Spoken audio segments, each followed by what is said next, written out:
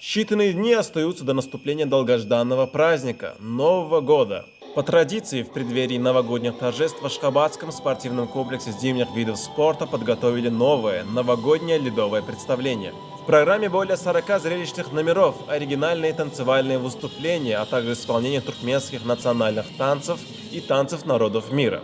Маленькие спортсмены, которые только начали заниматься этим видом спорта, показали свои способности с сольной группой. Также в представлении выступили уже взрослые спортсмены.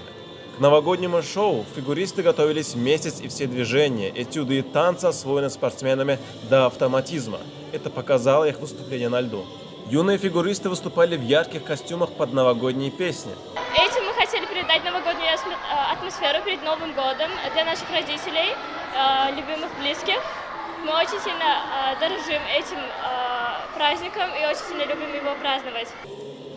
Фигурное катание в Туркменистане было открыто в 2006 году. Всего в Ашхабаде существует 5 ледовых арен, где юные спортсмены могут заниматься фигурным катанием, хоккеем и шорт-треком. Интерес к фигурному катанию и зимним видам спорта в Туркменистане растет с каждым годом. С недавнего времени наша страна стала полноправным членом Международного союза конькобежцев. Систематически пополняются новыми талантами ряды юных фигуристов, конькобежцев и хоккеистов.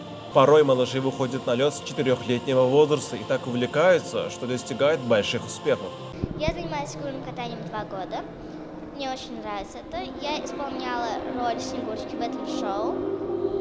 Мы готовились к нему месяц. Я хочу продолжить заниматься фигурным катанием. Туркменские фигуристы, хоккеисты и конькобежцы участвуют как в чемпионатах страны, так и в международных соревнованиях.